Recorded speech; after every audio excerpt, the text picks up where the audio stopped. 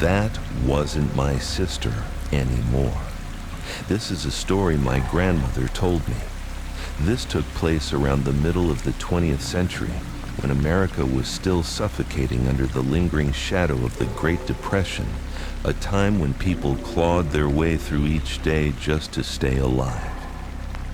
Back then, my grandmother was only a young girl, barely older than I am now, and tonight, I will become her, take on her very voice, and recount the harrowing tale that haunted her and her younger sister for the rest of their lives. My name is Jocelyn. This story is about me and my only younger sister, Jessica. We grew up in a small mill town in North Carolina. As the older sister, 10 years her senior, I had to grow up fast. I didn't finish high school. I had to drop out to work and help support our family. My life was all about responsibility and hard work, sheltered from the world. Jessica was the complete opposite. She was born when our family was more financially stable, spoiled since childhood, and blessed with a striking beauty. She grew up arrogant, defiant, and with a sense that the world owed her something. She never knew real hardship, and perhaps because of that, she never learned to be afraid. Her beauty was a gift, but it was also a curse. By the time she was 17, she was the belle of our town. Boys were always flocking around her, buying her gifts, taking her out. Life came to her so easily. She quickly fell in with a bad crowd and started dating a guy with a dangerous reputation.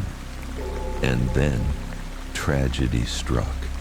Her boyfriend was a drug dealer. Jessica, while not directly involved, was charged as an accomplice for knowing about his crimes and not reporting them. She was sentenced to over 3 years in the state penitentiary. The day Jessica got out of prison, everything had changed. 3 years behind bars had chipped away at her beauty. Her once vibrant face was now gaunt, her skin pale. She had lost everything, her friends, her admirers, her future. The only thing that remained was that same proud, defiant personality. After a few months of staying home, wallowing in self-pity, Jessica finally had to face reality. She needed a job. I had been working at the largest textile mill in town for years. He pulled some strings and got her a position on the factory floor. The mill was massive and steeped in rumors. The workers on the night shift would always whisper about strange occurrences in the women's restroom.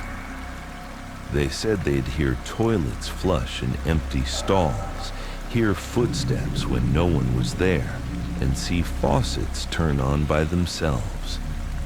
Because of these stories, the female workers had an unwritten rule. You never, ever go to the restroom alone at night. When I told Jessica about this rule, she scoffed. "That's just a stupid story to scare kids," she said. "Do you think the prisons I was in were like some kind of park? I've seen things 1,000 times worse. A few ghost stories aren't going to scare me." And she proved it. During her first week on the night shift, Jessica always went to the restroom alone. On the first night, she went to the bathroom. A few minutes later, she came storming back to the production line, soaking wet and furious. She was cursing up a storm, claiming some crazy woman in the next stall had thrown wet paper towels over the partition to mess with her. She said when she went to confront the person, the other stall was empty. She was convinced one of our co-workers was playing a prank out of jealousy. On the second night, things escalated. This time, when Jessica went to the restroom, we suddenly heard screaming and the sound of something shattering from inside. A few of us rushed in to find Jessica alone, but acting as if she were in a physical fight. Her arms were flailing, she was shouting obscenities, and she even punched the mirror, cracking a large piece of it. When we pulled her out, she insisted that a woman had attacked her. But the workers who got there first were adamant she was the only one in there. People started whispering that she was possessed. And then came the third night, the most terrifying night. During our break, Jessica once again sulked off toward the restroom by herself. We watched her go, a sense of dread hanging over us. A few minutes later, she returned. But this time, she wasn't angry. She just stood there, looking at us and smiling, a vacant, horrifying smile. Then, she slowly walked over to the conveyor belt, picked up a thick leather patch used for sewing onto the back of jeans and put it in her mouth. To our absolute horror, she began to chew it. She gnawed on the tough leather, tearing at it with her teeth before spitting the mangled pieces onto the floor. We all knew. The person standing before us was no longer Jessica. Panic erupted. An older co-worker, a woman who had worked at the mill for 30 years, grabbed my arm. "Jocelyn, you have to go into that restroom. The spirit is from in there. You have to go in and pray. Ask it to let your sister go." In my desperation, I did as she said. I ran into the large, cold women's restroom. I didn't have anything to offer. I just clasped my hands together and began reciting the Lord's Prayer. I was crying, begging, "Lord, please, please save my sister." As I was praying, a woman's voice echoed from the far end of the long room. "She's been released. I'm over here now." I lifted my head and looked toward the voice. Standing at the end of the long row of sinks was a woman in a faded, old-fashioned yellow worker's uniform. She was standing directly in front of the long mirror that spanned the wall, but in the mirror, there was no reflection of her at all.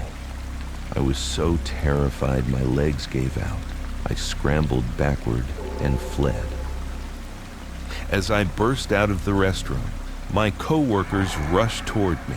They told me that while I was inside, the possessed body of my sister had stared intently at the restroom door and said in a strange voice, "Let me go in there and play with that girl for a bit." After saying that, Jessica collapsed onto the floor, unconscious. We learned the story later, a story that had been covered up for years. The ghost was that of a female worker who had died in a factory accident a long, long time ago. Her spirit never left the place where she died. After that night, Jessica quit her job immediately. I continued to work there for a few more years, but I never again went into that restroom alone at night.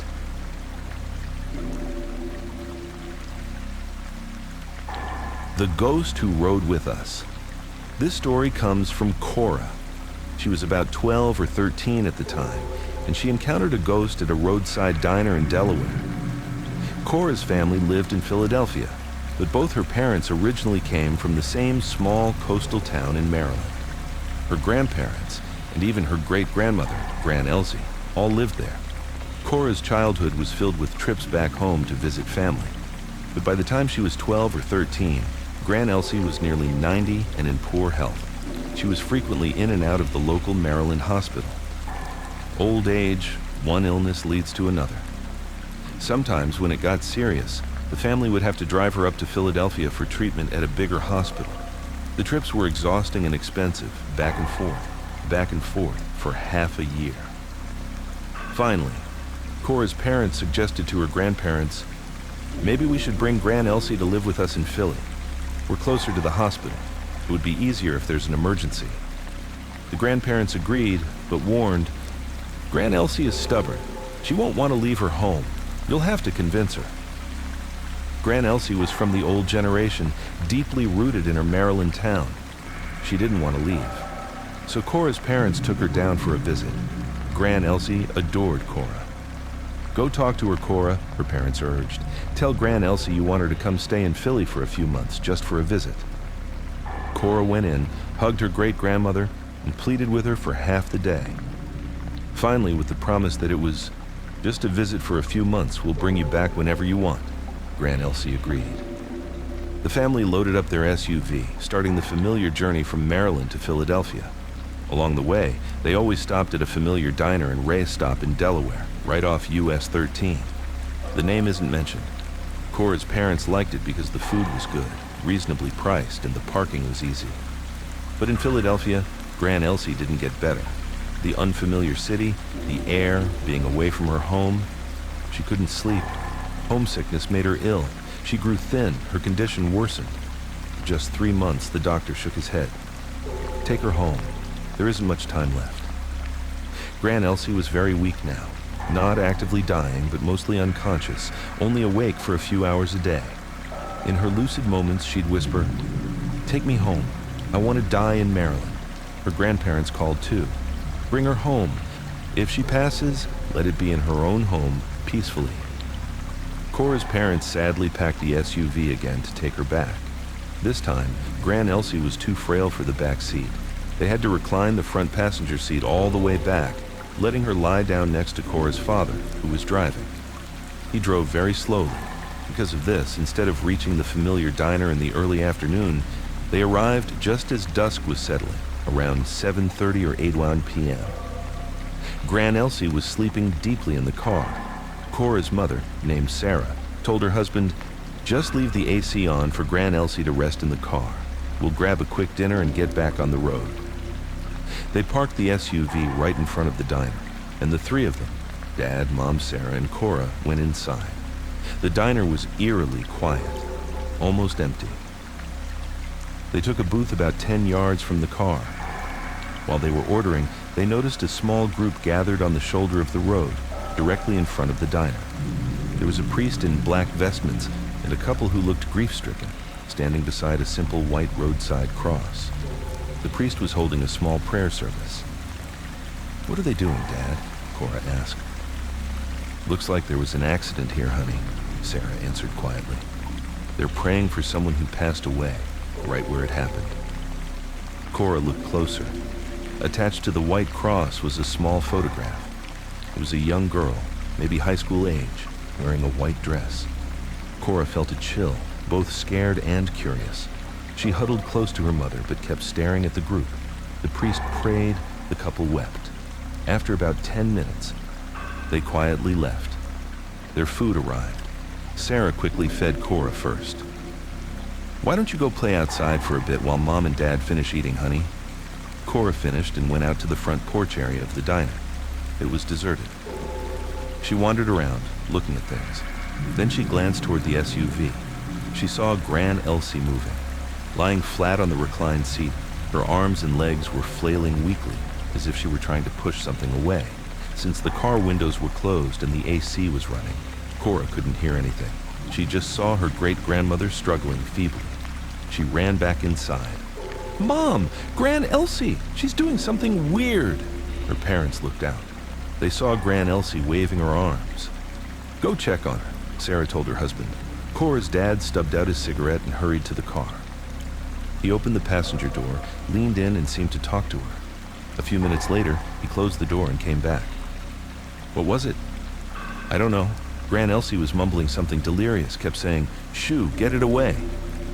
Maybe she just heard a noise outside and got startled, Sarah guessed. Cora, standing nearby, felt puzzled. I didn't see anyone go near the car, but she kept quiet. After dinner, her parents paid the bill. "Okay, Cora, go get in the car, honey. It's cool in there." Cora ran out ahead.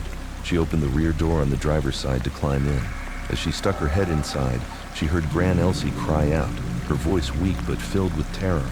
"Go away! Going to Maryland! Not staying here!" Her great-grandmother still had her eyes closed, but her whole body was thrashing weakly on the seat. Cora jumped back, scared. "Dad!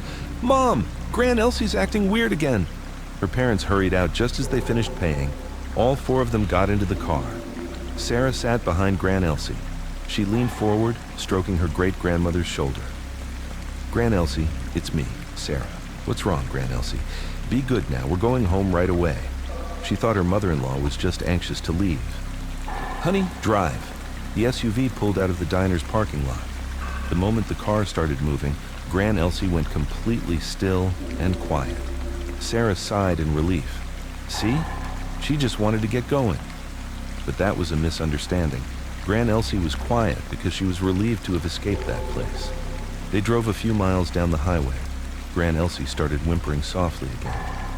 "Sarah, Sarah," Cora's mother leaned forward again, putting her ear close to her great-grandmother's lips. Gran Elsie whispered something for a long time. Her mother's face went pale. She just patted her arm soothingly. "No, Gran Elsie, honey. You must have been dreaming. There's no one else here." She sat back. Cora asked curiously, "What did Gran Elsie say, Mom?" "Nothing, sweetie, just talking in her sleep." She didn't want to frighten her daughter, but later she told her. Gran Elsie had whispered, "Get the girl in the white dress out of the car. She keeps pinching me. She's sitting on me. She wants me to get out with her. Why did you let her in the car?" Her mother thought the old woman was hallucinating from her illness. The car only had 4 people. Every seat was taken. There was no girl in the white dress. She just kept gently stroking Gran Elsie, trying to calm her back to sleep. A while later, everyone in the car was dozing except Cora's dad, who was driving. Suddenly, he called out softly, "Sarah, check on Gran Elsie. She's groaning and twisting around. Make sure she's not in pain." Cora's mother woke up. They were on a dark stretch of highway, no streetlights. She leaned forward again to check on her mother-in-law. This time, Gran Elsie whispered again, her voice raspy with fear, teeth clenched. "Get her out! She's biting me, pinching me! Get her out!" She grabbed Cora's mother's hand, her grip surprisingly strong, digging her nails in. A chill ran down her mother's spine. She didn't try to soothe Gran Elsie anymore. She just sat back in her seat silently praying. The car drove on in silence. About an hour later, they hit a rough patch of road. Cora was jolted awake by the bumps. She opened her eyes. The car was bouncing over potholes. Her parents were awake too, but just drowsily looking ahead. Cora sat up straight, looking around. Then she glanced down at Gran Elsie in the front seat. At first, her great-grandmother was facing the passenger window, but as the car bounced, her head slowly turned toward Cora, still wearing the same pajamas, the same scarf around her neck. But the face... Cora froze. The body was Gran Elsie's, but the face belonged to a completely different young woman. The face was pale, cold, eyes rolled back staring directly at Cora with absolute fury. She was so scared, she didn't even think it was a ghost. She just thought, wait, who's sitting in Gran Elsie's seat? She shook her mother's arm. "Mom, who is that?" "What, honey? It's Gran Elsie." "No, it's some lady. It's not Gran Elsie." "Don't be silly," her mother snapped. "You heard Gran Elsie talking nonsense and now you're copying her?" She leaned forward to look. "See? It's Gran Elsie." Cora looked again. It was her great-grandmother's wrinkled, kind face. She was confused and terrified. What just happened? She hugged her dad's armrest tightly and shut her eyes. From then until they reached Maryland, almost 3 more hours, Gran Elsie kept whimpering, drifting in and out of consciousness. "Sarah, get her out. She's crushing me, biting me." Her voice grew weaker and weaker. They arrived in Maryland close to midnight. Her father had to carry Gran Elsie inside. The next morning, when Cora's mother, Sarah, was giving her mother-in-law a sponge bath, she was horrified to find Gran Elsie's frail body covered in bruises, scratches, and pinch marks. There were even faint handprints around her neck, as if someone had tried to choke her. Relatives came to visit and were shocked, blaming Cora's parents for not taking better care of her. No one could explain the marks. That afternoon, Gran Elsie began to slip away. She couldn't speak any last words. She just clung to her family's hands, her eyes wide with terror until she finally passed. Perhaps she had held on just long enough to get home. Once there, she could finally let go. Cora's parents had to stay for the funeral for several days before returning to Philadelphia. The story of the girl in the white dress seemed forgotten.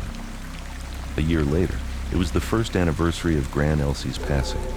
Cora's family drove back down to Maryland. Unfortunately, the date coincided with a long holiday weekend. They decided to drive their SUV as usual, partly wanting the flexibility. That afternoon, on the way down, they stopped again at the familiar diner in Delaware. This time, despite the holiday, the place was even emptier than before. Not a single other customer. "That's weird," Cora's dad remarked. "This place used to be packed. It's a holiday, but it's deader than usual." They went inside. The owner recognized them and rushed over, looking relieved to see customers. "Oh, welcome back. It's been so slow lately." While her parents chatted with the owner, Cora sat at the booth near the window, looking outside. The highway, US 13, was busy with holiday traffic. She overheard her mother ask, "Why is it so quiet?" The owner sighed. "Ever since that high school girl got hit by a car right out front, people say the place is haunted. Customers are scared off. I might have to close down soon if things don't pick up." Cora wasn't really listening. She was watching the cars go by. Then she saw her, across the highway, standing right by the white roadside cross. A girl in a white dress with long, dark hair, flickering. A truck sped past, blocking her view. When the truck was gone, the girl was there again. Cora stared. As if drawn by an unseen force, she slowly slid out of the booth, walked out of the diner, and stepped toward the edge of the road. She kept walking, her eyes fixed on the girl across the highway. The girl had her head bowed. Then, slowly, she looked up. A face both strange and familiar. Cora gasped, stopping just short of the busy road. It was the same face she had seen on Gran Elsie's body a year before. Pale, furious, eyes rolled back, staring directly at her. She looked back. Her parents were still inside talking, yards away. Cars were whizzing past on US 13. Cora screamed and ran back into the diner, throwing herself into her mother's arms. "Ghost! Mom! Ghost! Across the street!" Her parents and the owner looked out. There was nothing there. "It's her," the owner sighed, shaking her head. "The kids? They see her sometimes? Come on, honey, eat your food. Don't look over there." She went and lit a small candle, placing it on a windowsill facing the road. They ate quickly and got back in the car, heading straight for Maryland. Cora's mother, Sarah, finally believed. She knew it was that same spirit who had tormented Gran Elsie on that fateful final journey. Later, whenever they drove back and forth, they saw that the roadside diner had closed down, abandoned. But Cora never dared to look toward the white cross on the other side of the road again.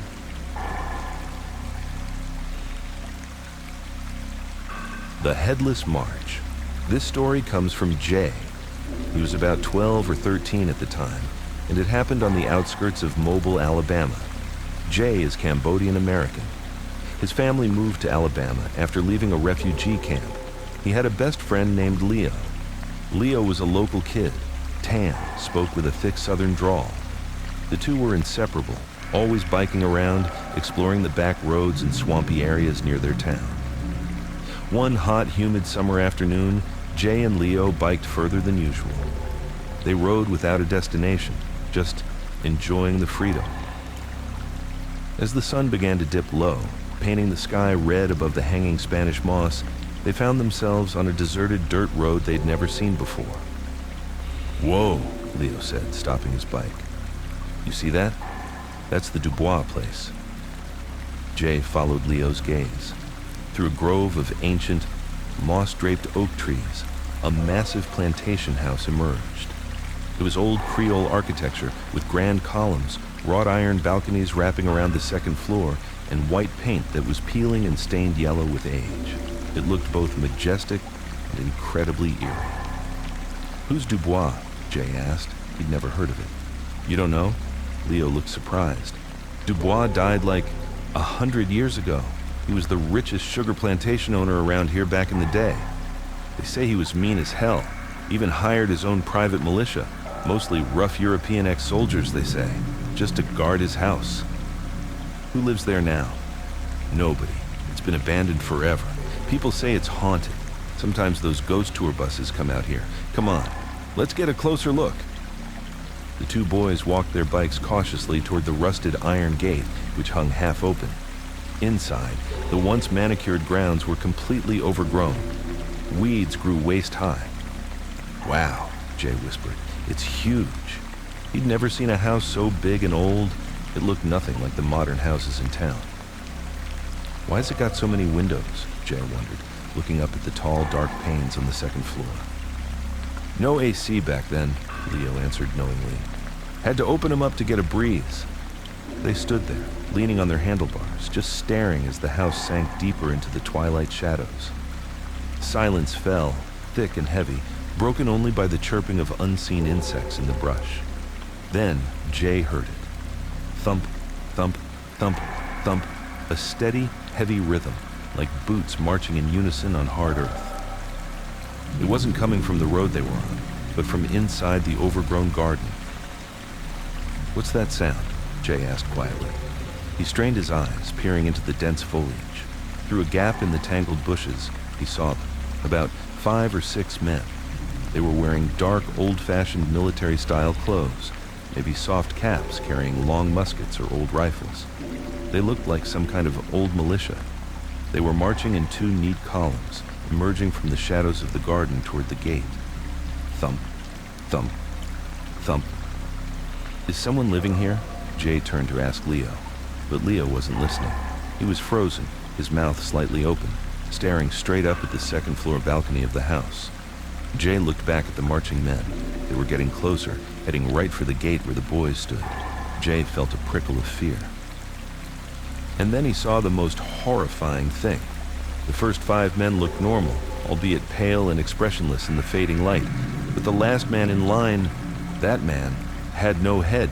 His neck was just a ragged stump, but the head wasn't gone. It was flipped backward, hanging grotesquely down his back, held on by a flap of skin, its dead, wide-open eyes staring directly at Jay. Jay screamed. He couldn't hear the marching anymore. He could only see that backward-lolling head staring at him. He wrenched his bike around and pedaled frantically. "Leo, run! Ghosts! Ghosts!" He pedaled about 30, 40 yards before daring to look back.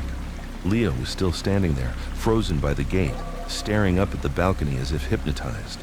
Fear for his friend overcame his terror. Jay gritted his teeth, turned his bike back around, yelling as he rode, "Leo, are you crazy? Run!" He didn't dare look at the ghostly guards again, focusing only on Leo. He skidded to a stop beside him, grabbing his friend's arm. "Go!" Jay's sharp tug seemed to break the spell. Leo gasped, his eyes wide with panic as he looked at Jay. "Ghost!" Leo shrieked, even louder than Jay had. "Run!" The two boys scrambled onto their bikes and pedaled for their lives, not looking back at the haunted plantation house. They rode for nearly a mile, back down the dark dirt road, until they saw the comforting glow of the town lights ahead. They stopped under a streetlight, gasping for breath, hearts pounding. "Oh my God," Jay stammered. Did you see them? The guards. The headless one." Leo shook his head, his face still pale. "What guards?" I didn't see any guards." "You didn't see them?" 5 or 6 guys marching out of the garden. The last one..." "No," Leo interrupted. I saw him." "Saw who?" "Monsieur Dubois," Leo said, his voice trembling. "I was looking at the windows, and the middle balcony door opened. He walked out." He was wearing a long black coat," Leo continued. But he didn't have a head. His head. He was carrying it under his arm, like a guy carrying a football. And the head, its eyes were open. It was looking right at me. It just kept staring. I couldn't move. If you hadn't pulled me, I think I'd still be standing there." The two boys stared at each other, horrified. They had both seen ghosts, but they had seen completely different horrors. Jay saw the headless guards. Leo saw the headless Monsieur Dubois carrying his own severed head. They never went near that road again. Later, when they told the adults, they learned that almost no one lived near the Dubois plantation anymore. Many had tried over the years but were driven away by screams, the sounds of marching men, and the sight of headless phantoms wandering the grounds at night. That house belonged to the dead, and they did not appreciate visitors.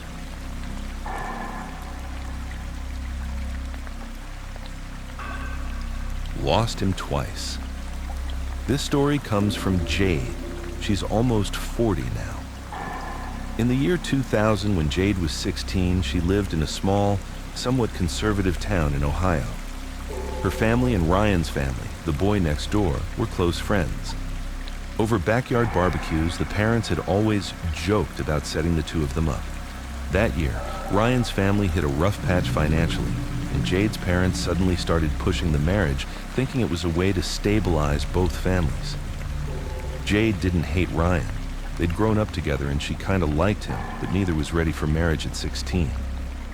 Jade's mother gave her an ultimatum.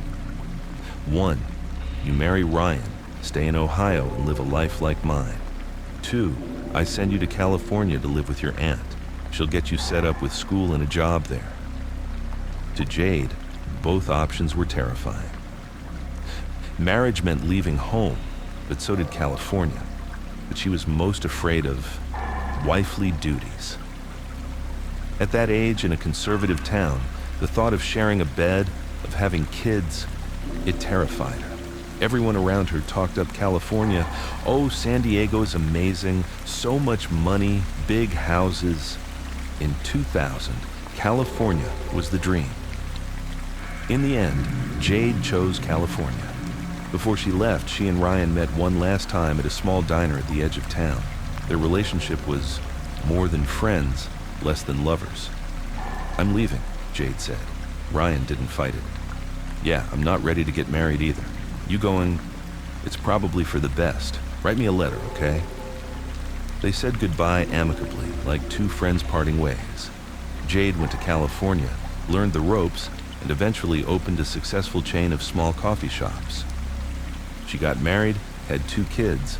Ryan stayed in Ohio, got married too, and had a son. When she'd visit home, they'd see each other like old friends and ask about each other's families. Fast forward to 2019. Jade was divorced by then. Her kids were older. She flew home to Ohio for Christmas. She met Ryan again. Ironically, he had also just gotten divorced.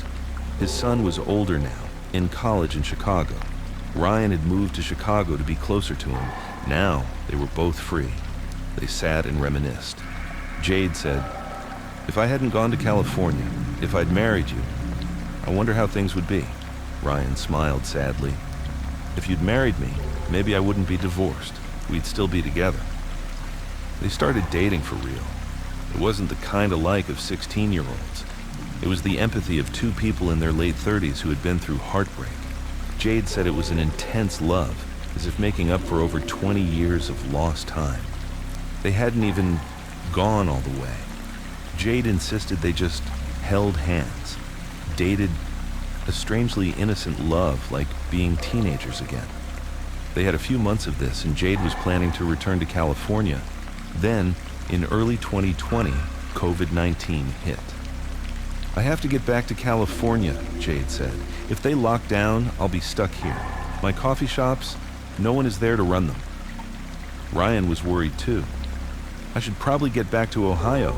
Being locked down in Chicago is terrifying. It's better to be home." They had to say goodbye again, this time because of a pandemic. "It's okay," they reassured each other. "When this is over, we'll get married in California." They parted ways. Jade flew back to California. And then, one day, Ryan just disappeared. Texts went undelivered, calls went straight to voicemail. Jade panicked. She tried to get in touch for 3 days. She found a few of Ryan's distant relatives in Ohio, but they didn't know anything either. He said he was in Chicago, he hasn't come home. Jade was heartbroken. Did he get cold feet? Was he lying to me? She started having dreams. The first dream, she was in Chicago at night. She saw Ryan across the street. She ran to him, scolding, "Why haven't you answered me all week?" Ryan just smiled gently. "Don't worry, I'm not cheating on you. I have a reason. In here. My phone's dead and I can't charge it." "In where? I'll buy you a new phone." "I told you back in Ohio I'd buy you an iPhone and you refused." "Don't buy one," he said. "I can't use it anymore. I was captured. They put me in here. I can't go home." She woke with a jolt. What was that? She tried to forget it, burying herself in work. That night, the second dream came.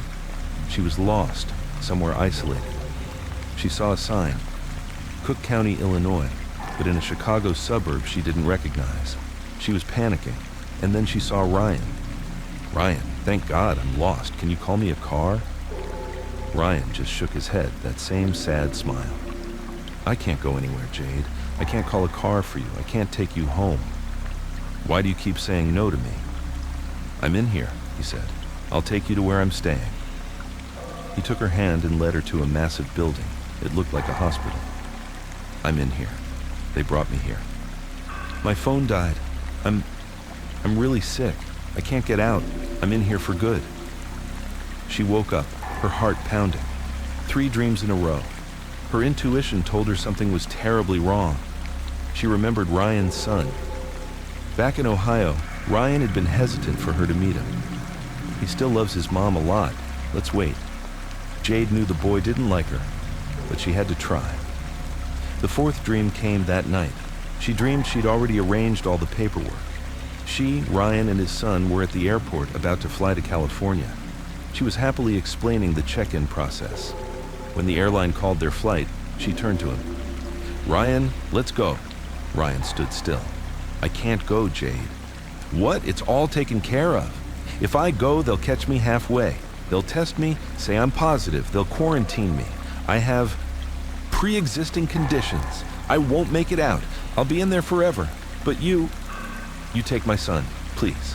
He pushed his son toward her. "Son, go with Jade. Go with Ms. Jade." "No, both of you are coming." "I can't go. I'm in there. Forever." Jade woke up at 4 a.m. in California, tears streaming. She knew 4 a.m. in California was around 6 or 7 a.m. in Chicago and Ohio. She couldn't wait any longer. She found Ryan's son on Instagram and sent him a long, frantic message, explaining everything, her love for his father, the dreams. 5 minutes later, he replied. It was a single photo, a picture of an urn. "Ma'am, it's too late.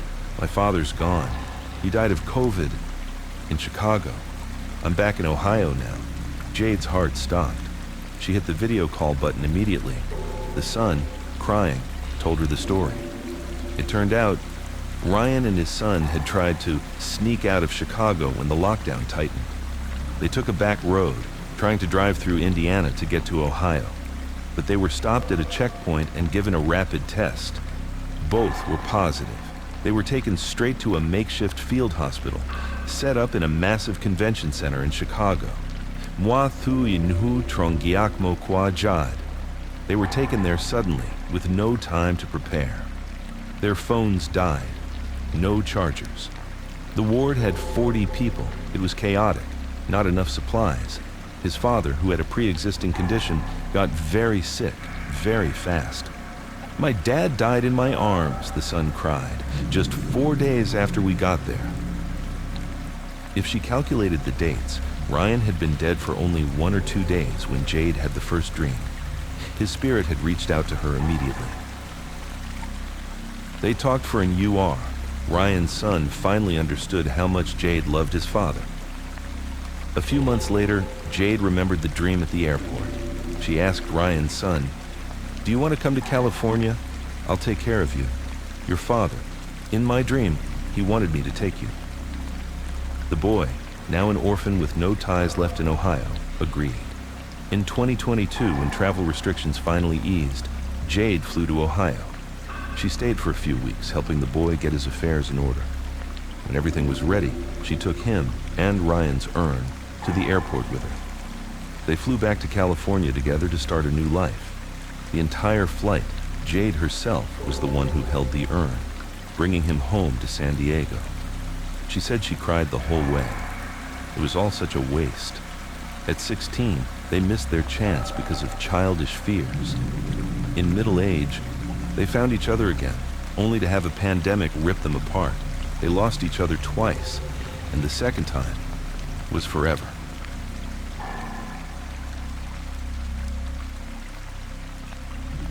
The Listener in Charleston.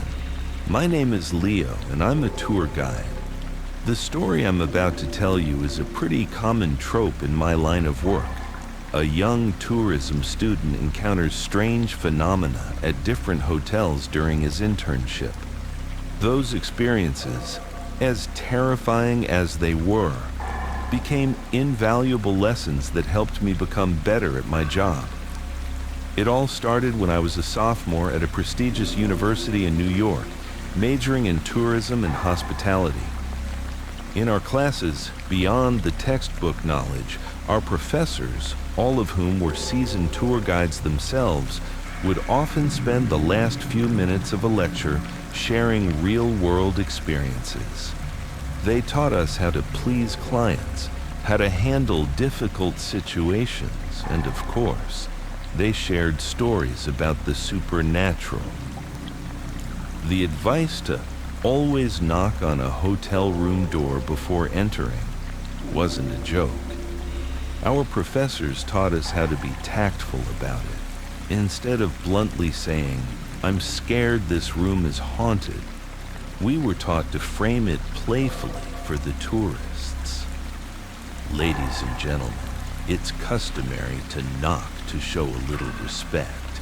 You never know if a friend is already in the room, so we're just giving them a heads up to leave, so we can have the room all to ourselves and rest comfortably.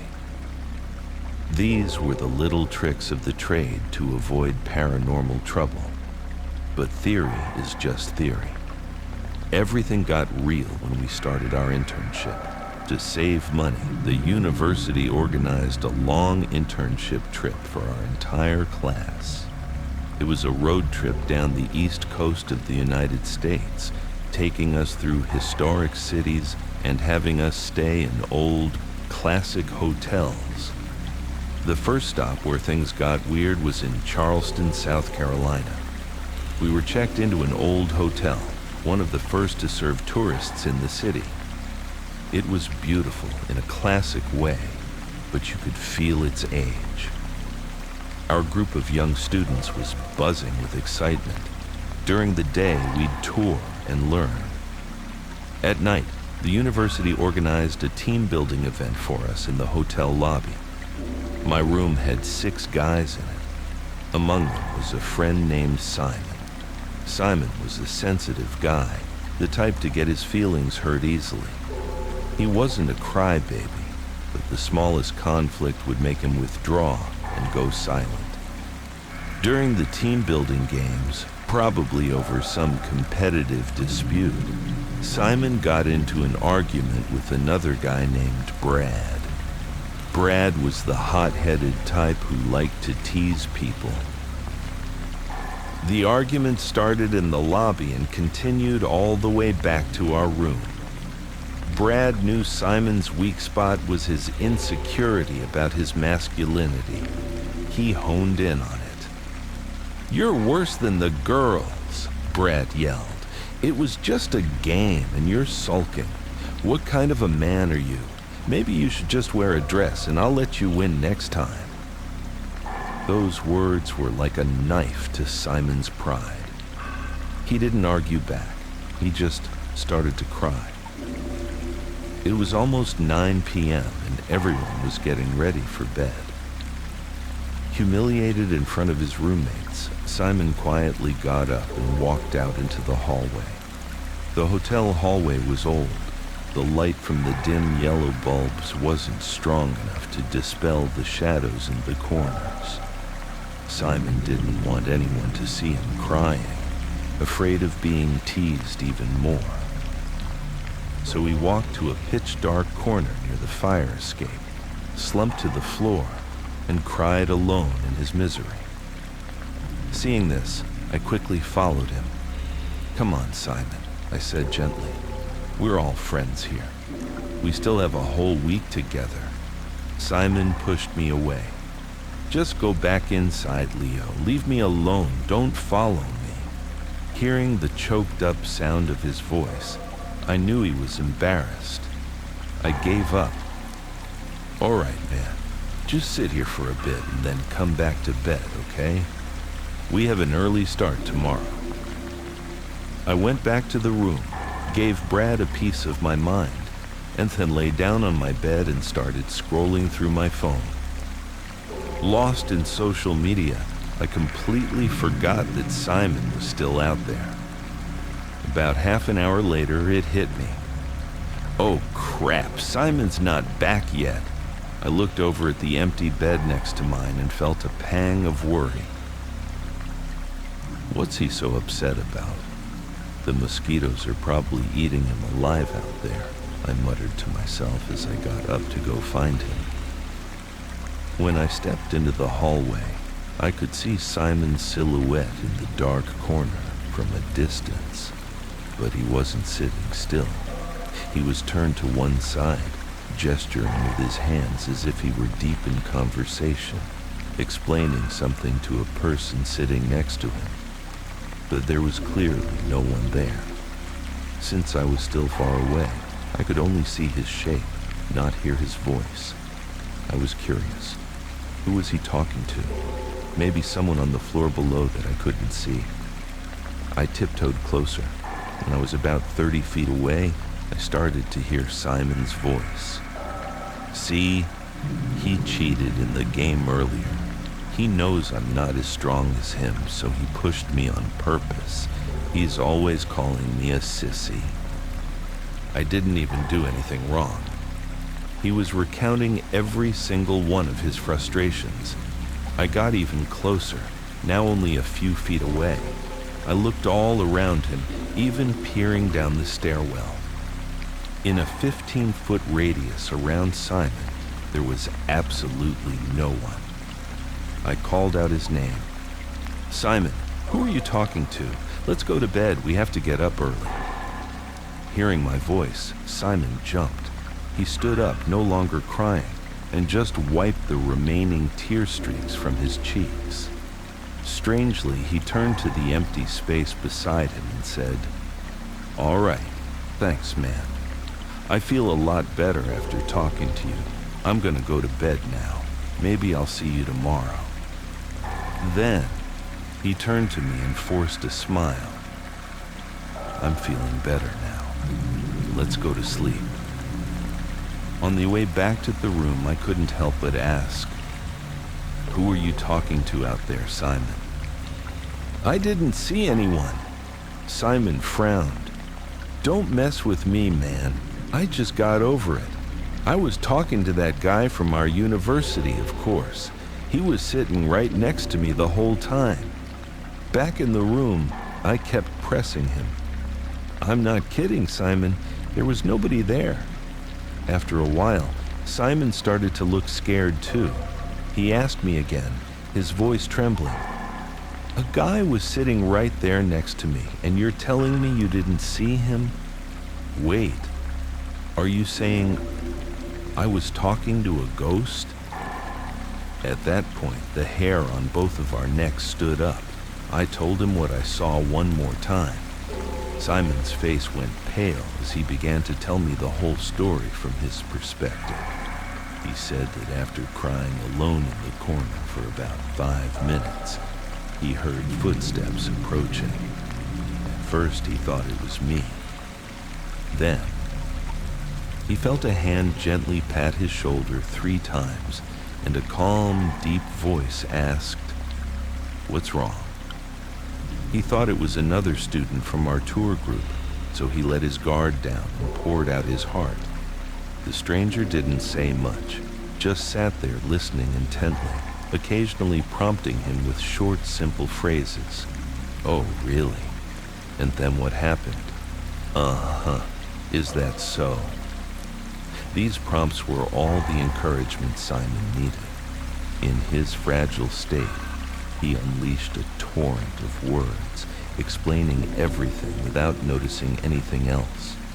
Only now, after I told him the truth, did Simon start to piece together the strange details. First, the person he was talking to spoke like a robot, only repeating a few prompting questions. Second, even though they were sitting right next to each other in the dead quiet of the hallway, Simon never once heard the person breathe. And third, for nearly half an hour, The person sat as still as a statue without moving a single muscle. At the time, Simon was too caught up in his own emotions to notice, but now he knew. The friend who had patiently listened to him vent in the dark corner was a ghost. The next morning at breakfast, we asked our instructor about the hotel's history. He told us that a few years ago, a male college student on vacation with his friends had gotten into an argument. He was beaten to death by his own friends in a group fight and died from blood loss. After hearing that, Simon and I just looked at each other, not saying a word. We understood the spirit of that young man, perhaps because he too had experienced the pain of being wronged by friends, had appeared to listen to and comfort someone who shared his plight.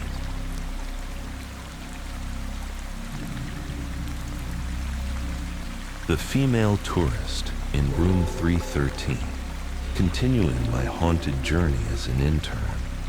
Our next stop was Savannah, Georgia, a city famous for its ghost stories.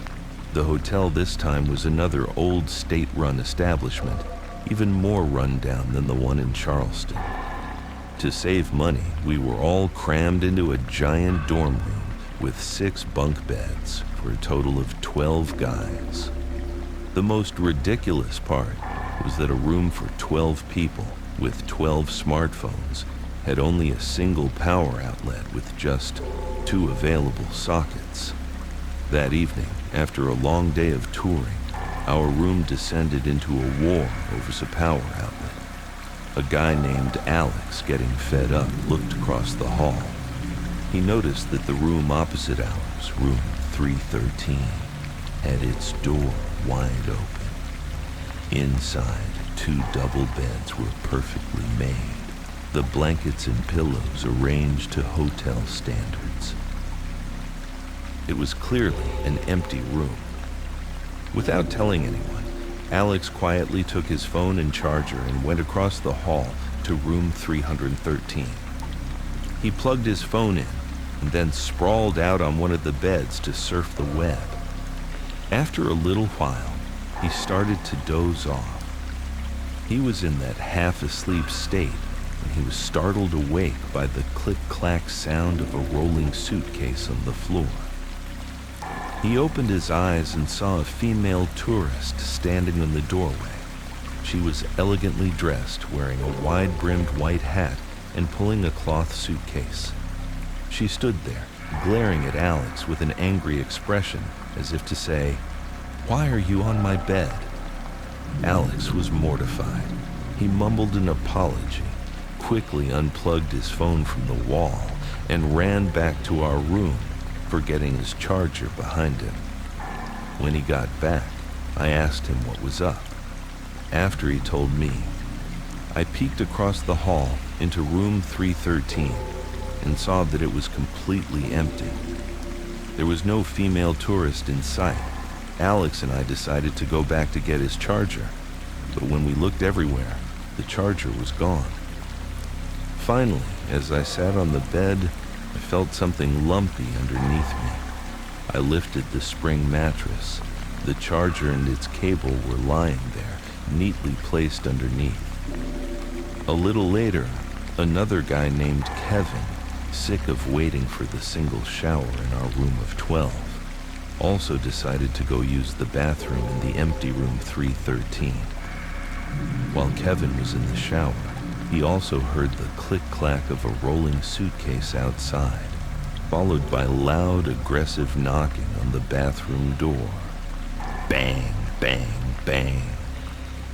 He peered through the frosted glass of the bathroom and saw a silhouette. Thinking it was us playing a prank, he swung the door open, ready to yell. But standing in front of him was the same female tourist. She was still there, gripping the handle of her suitcase, her eyes wide and staring at Kevin. He was so embarrassed. He stammered an apology and quickly tried to squeeze past her. In the moment he walked past her, an unnatural, bone-chilling cold washed over him, like walking into a meat freezer. He shivered and ran back to our room, muttering, "So embarrassing and so cold." That night, none of us got any sleep. All night long, strange sounds echoed from room 313. The click-clack of the rolling suitcase, the sound of high heels tapping on the tile floor, back and forth, back and forth. Every few minutes, one of us would creep to the door and look, and every single time, room 313 was empty, with the lights on and the door wide open. The next morning, we were all exhausted at breakfast and told our instructor what had happened. After listening, he just shook his head. "I told you guys," he said calmly. "To save money, the university only booked the large dorm rooms in the left wing of the hallway.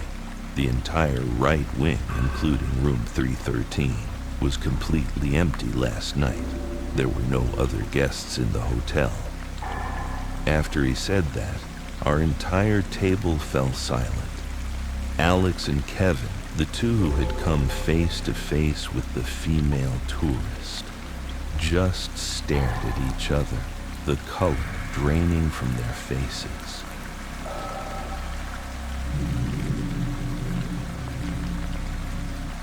We were not welcome.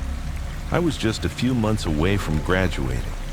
The university unexpectedly announced one last internship opportunity, a 10-day trip to Mexico, traveling entirely by bus.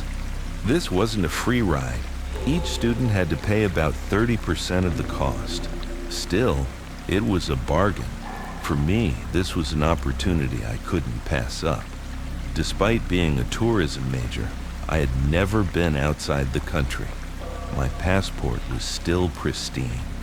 I managed to convince 3 of my close friends to join me, including Paul, who would become the main character in this final story. Our journey was entirely on land. We took a bus from the U.S., crossing the border into Mexico. The trip was long, tiring, and hot. The air in Mexico was much drier and dustier. After a full day of travel, we finally arrived in the historic city of Oaxaca and checked into our hotel. It was a colonial-style hotel that looked like it had once been magnificent, but was now old and tinged with decay. There were only 2 people at the reception desk, and they had to handle our entire student group of nearly 100 people. My group of 4 was the last to get our room key after an exhausting hour-long wait. It wasn't a key card, but a heavy metal key, visibly rusted with age. Things started to get weird the moment we stepped into the elevator. The ancient elevator opened with a horrifying creak. Inside, hanging in each of the 4 corners, were 4 wooden crucifixes with strange, unsettling carvings on them. We pressed the button for the 3rd floor, where our room was. The doors closed, but the elevator took us straight to the 4th floor. Figuring it was just a glitch, we decided to take the stairs down. A little later, because our rusty key wouldn't open the door, we had to go back down to the front desk. This time, we pressed the button for the ground floor, G. The elevator stopped on the 1st floor, right in front of the hotel's restaurant. It was as if the elevator was toying with us. It never, ever seemed to stop on our floor, the 3rd floor. When we finally got back up to our room via the stairs, a strange sight greeted us.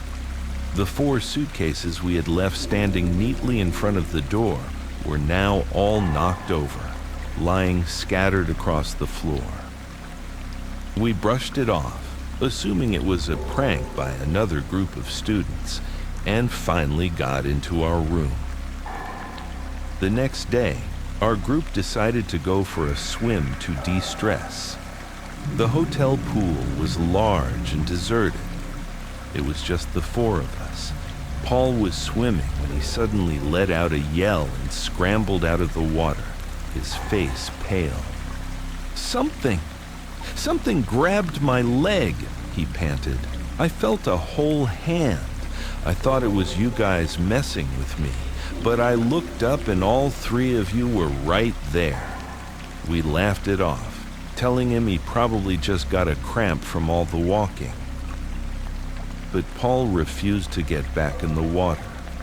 He sat on the edge of the pool, his eyes still wide with fear. A little while later, another group of students from our tour came down to the pool. They saw us and looked surprised. "Hey, when did you guys get down here? We were just knocking on your door to get you to come swim," but nobody answered. I was confused. "We've been down here for over an hour. The room's been empty," the other guy insisted. "No way. I swear I heard talking and laughing coming from inside your room. I was banging on the door, but you guys just kept on laughing and wouldn't open up." Hearing that, the four of us just looked at each other, the smiles freezing on our faces. It didn't stop there. That night, we went out to the night market. When we returned to the hotel and opened our door, we all froze. The room looked like it had been hit by a tornado. Suitcases were opened. Clothes belonging to different people were mixed together and thrown all over the floor. This time, we knew it wasn't a prank. Paul was so scared his eyes started to well up. He just looked at us and nodded frantically, as if to say, "See? I told you something was wrong." We slept with the lights on that night. The next morning, it was time to check out. The plan was to bring our suitcases down to the lobby, leave them with the front desk, and then go up to the first floor for the breakfast buffet. Since Paul had a lot of scattered belongings, he told us to go down first. The three of us left our luggage and went up to the restaurant. But we waited for almost an hour until it was nearly time for the bus to leave, and Paul still hadn't shown up. We started to worry and went to look for him. The front desk confirmed that Paul had already checked out and left his suitcase there.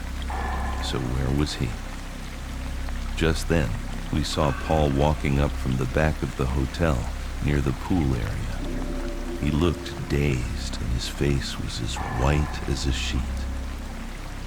"Where have you been for an hour?" I asked. We were about to send out a search party.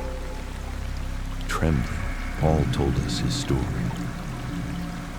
He said that after checking out and leaving his suitcase, he went to the elevator to go to the first floor for breakfast. At that moment, a hotel employee, a Mexican man who spoke English, approached him. "Good morning, sir. Where are you headed?" the man asked. "I'm going to the first floor for the buffet," Paul replied. "Oh, the buffet is not on the first floor today," the employee said. "It has been moved to our poolside restaurant. Please, follow me." Trusting him, Paul followed the man out to the back of the hotel. But when they reached the poolside restaurant, it was completely empty. Tables and chairs were stacked up, and there was no sign of a breakfast service. Paul turned around to ask the employee, but the man had vanished. He started trying to find his way back to the main lobby, but strangely, he found himself lost in a confusing maze of gardens, tennis courts, and winding pathways. He walked in circles for nearly an hour, unable to find the sign for the reception. Realizing he was being led astray, he began to panic. In his desperation, all he could think to do was clasp his hands together and start reciting the Lord's Prayer.